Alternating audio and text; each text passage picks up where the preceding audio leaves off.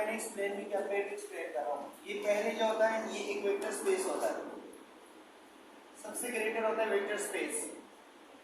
Vector space कौन सी condition से define करेंगे? 10 कंडीशंस, ठीक है, जो हमने कल एक्सप्लेन की।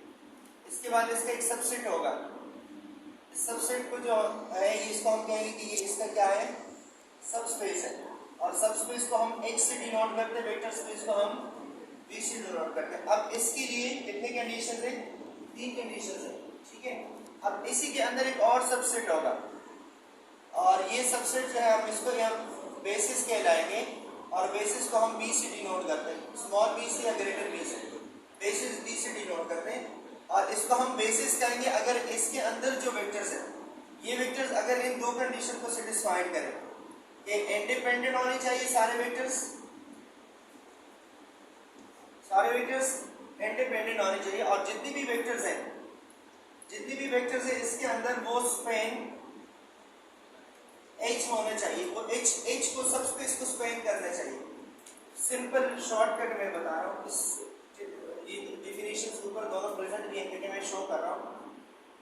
अगर आप देखना चाहें यहाँ पे एक्सप्लेनेशन के साथ पूरा डिफिनेशन है, मैंने डायरेक्ट आपको लिख के दिया।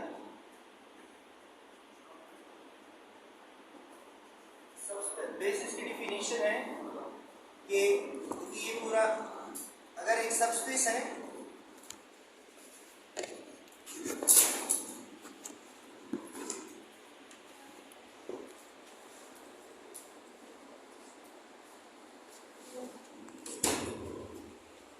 इसकी कंप्लीट डिफिनेशन यहाँ पे प्रेजेंट है कि let H be a subspace of a vector space. H vector space का क्या है? सबस्पेस है। An index set of vectors B, B1, B2, up to BP and B is a basis for H। ये भी B के अंदर है, तो ये B जो है जिसमें कौन से वेक्टर्स होंगे? B1, B2, B3, इसमें भी यही वेक्टर्स है, B के नाम से देखा। इसके वेक्टर्स को इन्होंने B1, B2, B3 और इसके नाम को सबस्पेस से कोई नाम दे दे, वाली स्पेस जो भी है। ये वेक्टर्स कौन सी कंडीशंस को सेटिस्फाई करेंगे? फर्स्ट जो है B is a linearly independent set, इसके बीच में जितने भी वेक्टर्स होंगे सारे आपस में लीनियरली इंडिपेंडेंट होंगे, ठीक है। और सेकंड कंडीशन क्या है कि ये किस चीज को स्पेन करेगा? The subspace spanned by B coincide with H, H is equal to span B1, B2, B3। जितने भी वेक्टर्स ये किसको स्पेन करेगा? H को जनरेट करेगा। इसका मतलब ये है कि अगर फॉर एग्जांपल ये लीनियरली क्या होंगे वेक्टर्स क्या होंगे? लीनियरली इंडिपेंडेंट होंगे, क्योंकि अभी मैंने आपको बताया कि अगर ये वेक्टर्स फॉर एग्जांपल डिपेंडेंट है, ये 2 वेक्टर डिपेंडेंट है, आप इसको स्पेन नहीं कर सकते, ठीक है, स्पेन हो नहीं सकता। वेक्टर्स क्या होने चाहिए? मतलब वेक्टर्स इस फॉर्म में होंगे, इंडिपेंडेंट होंगे। इसको जब स्पेन करेंगे, जो एरिया जनरेट होगा, जो स्पेन करेगा वो किसके बराबर होगा? किसको स्पेन करेगा? H को, सबस्पेस को। तो सिंपल कंडीशन क्या है जब आप क्वेश्चन में फाइंड करेंगे? ये तो मैंने ज्योमेट्री के लिए और फिजिक्स के लिए आपको बताया। सिंपल इंडिपेंडेंट के लिए कि जब इसको इशेलॉन पे कन्वर्ट करें तो number of pivots is equal to number of columns होना चाहिए। अगर कॉलम्स की इक्वल है इसका मतलब है कि ये क्या है? इंडिपेंडेंट है, जिसको हम ट्रिवियल सॉल्यूशन कहते हैं, ठीक है, या यूनिक सॉल्यूशन कहते हैं। और स्पेन के लिए कंडीशन ये है कि नंबर ऑफ पिवट्स जो है ये is equal to number of rows होना चाहिए।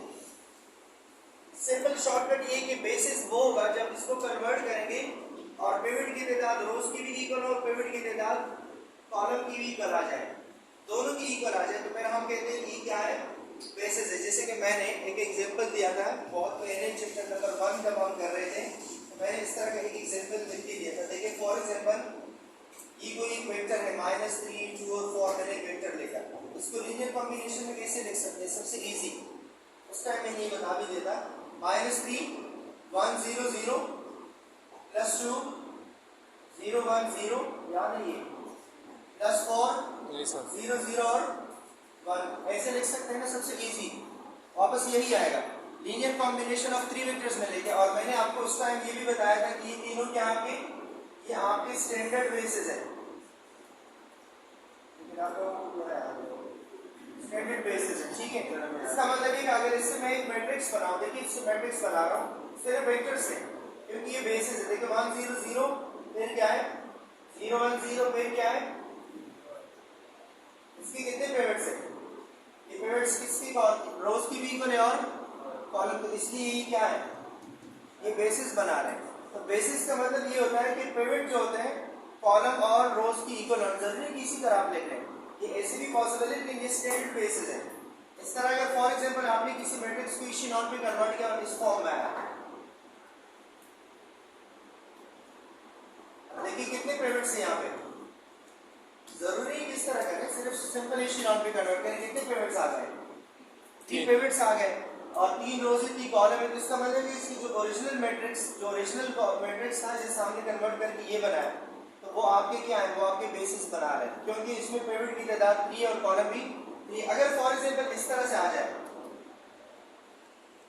अब ये देखिए पिवट ये इशेलॉन में है, अब पिवट की तादाद रोज की इक्वल है, इसका मतलब है सिर्फ स्पेन कर रहा है, इंडिपेंडेंट नहीं है क्योंकि कॉलम की इक्वल नहीं है। ठीक है, कभी कभी इस तरह से आ जाएगा कि कॉलम की इक्वल होगा और रोज की इक्वल नहीं होगा। फॉर एग्जांपल अगर मैंने कन्वर्ट किया इस तरह से आ जाए, अब ये ना रोज की इक्वल है और ना कितने पिवट है, 2 कॉलम कितने 3 और रोज 3, ना कॉलम की इक्वल है और ना रोज की इक्वल, इसका मतलब है कि ये ना इंडिपेंडेंट है और ना स्पेन कर रहा है। अब देखिए यहाँ पे यही एग्जांपल है, हमने इसको बता रहा हूँ, बिल्कुल शॉर्टकट है, बिल्कुल इजी है। सिर्फ ये आपके उसमें होना चाहिए कि रोज की भी इक्वल होना चाहिए और कॉलम की भी। कोई डिफिकल्ट तो नहीं, सिंपल है। देखिए इससे रिलेटेड जो क्वेश्चन है वो ये, अब इसको आपने एक्सप्लेन करके बताना है। देखिए determine whether the sets from question number 1 to 8 are basis of R cube. R cube का मतलब है कि 3 डायमेंशन है, जितने एंट्रीज है वो इतने ही इसके डायमेंशन होगा, कितने एंट्रीज है इसमें 3, इसलिए R क्यूब कह रहे हैं। तो ये बेसिस है या नहीं, अगर बेसिस है तो ठीक है, अगर बेसिस नहीं तो फिर फाइंड करें कि सिर्फ इंडिपेंडेंट है या सिर्फ और सिर्फ स्पेन कर रहा है। मतलब एक कंडीशन अगर नॉट सेटिस्फाइड तो बताएं कि कौन सा सेटिस्फाइड है कौन सा नॉट सेटिस्फाइड। अब देखिए इसमें कितने पिवट है, अगर मैं मैट्रिक्स बना दूं डायरेक्ट इशेलॉन फॉर्म में तो कितने रोज है और कितने कॉलम्स है, 3 रोज 3 कॉलम और पिवट भी 3 है। ये दिस फॉर्म बेसिस वो कंडीशन सेटिस्फाइड। इसमें देख लिया, अगर इसको कन्वर्ट कर दे इशेलॉन पे, ये इशेलॉन पे कन्वर्टेड नहीं जी,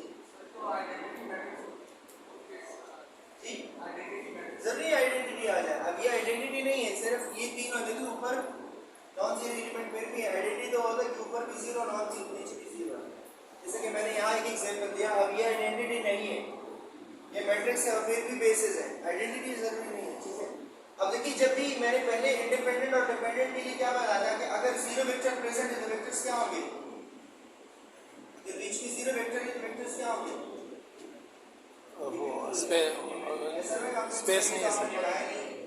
डिपेंडेंट के लिए कितने कंडीशन थे, एक दूसरे का मल्टीपल होना चाहिए सर रोज लेस देन इक्वल कॉलम होता है। डिपेंडेंट है, अगर कॉलम की तादाद पिवट से ज्यादा है तो डिपेंडेंट है। यहाँ पे कौन सा वेक्टर है, इसका मतलब है कि ये क्या है, डिपेंडेंट है। वेक्टर्स एंड और बेसिस के लिए क्या होना चाहिए, इंडिपेंडेंट। ये डिपेंडेंट है, इसका मतलब है बेसिस नहीं बना रहे, इसको कन्वर्ट भी करें नहीं बनाएंगे बेसिस। अब इसको चेक करें, कन्वर्ट करके चेक करें इसी तरह से, और जो डायरेक्ट है आप उसको डायरेक्ट भी बता सकते हैं। अब देखिए इसमें कितने रोज और कॉलम है, ये बिल्कुल भी बेसिस नहीं होगा विदाउट चेंजिंग टू इशेलॉन फॉर्म, क्योंकि ज्यादा से ज्यादा इसमें कितने पिवट आएंगे, 3 और कॉलम कितने 4, बीच में 0 कॉलम भी है तो डिपेंडेंट हो गया। ठीक है, अब बताए इसमें कौन सा क्वेश्चन है, ये क्वेश्चन बताए question number 8 not form basis है, तो डायरेक्ट आप लिख सकते हैं these are not form basis, basis नहीं बना रहे।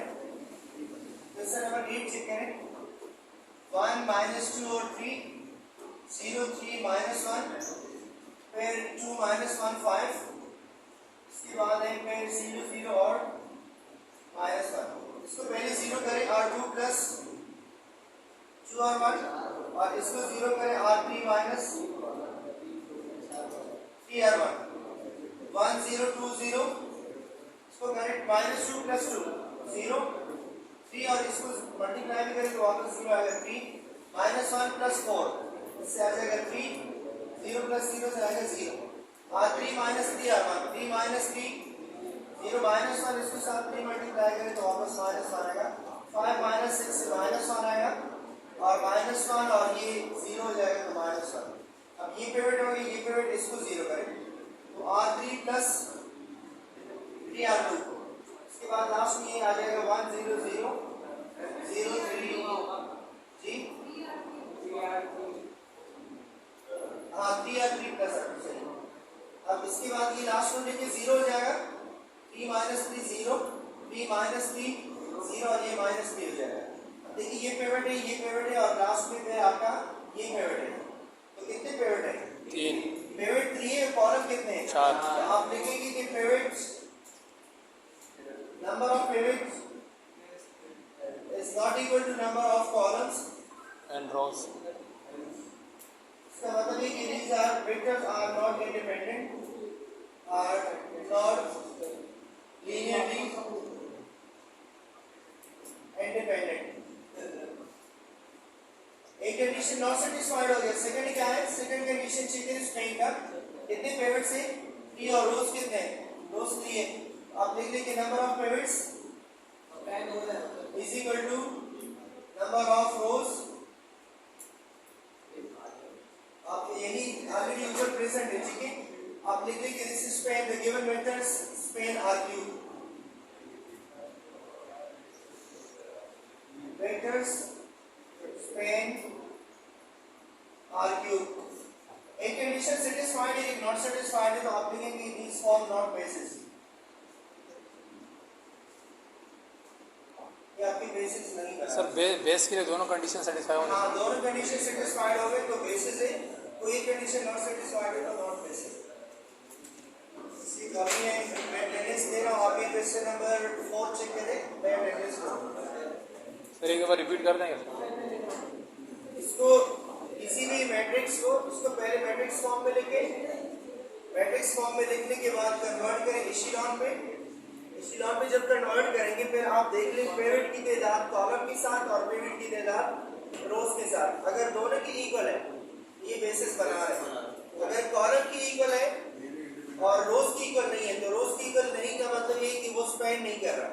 अगर कॉलम की इक्वल नहीं है तो इसका मतलब वो इंडिपेंडेंट नहीं। और सर बेस कब होगा? बेसिस तब होगा जब दोनों की इक्वल होगा। इंडिपेंडेंट भी होना चाहिए और स्पेन भी होना चाहिए। मतलब पिवट की तादाद कॉलम की भी इक्वल होना चाहिए और रोज की भी दोनों कंडीशन सेटिस्फाई होने चाहिए। दोनों कंडीशन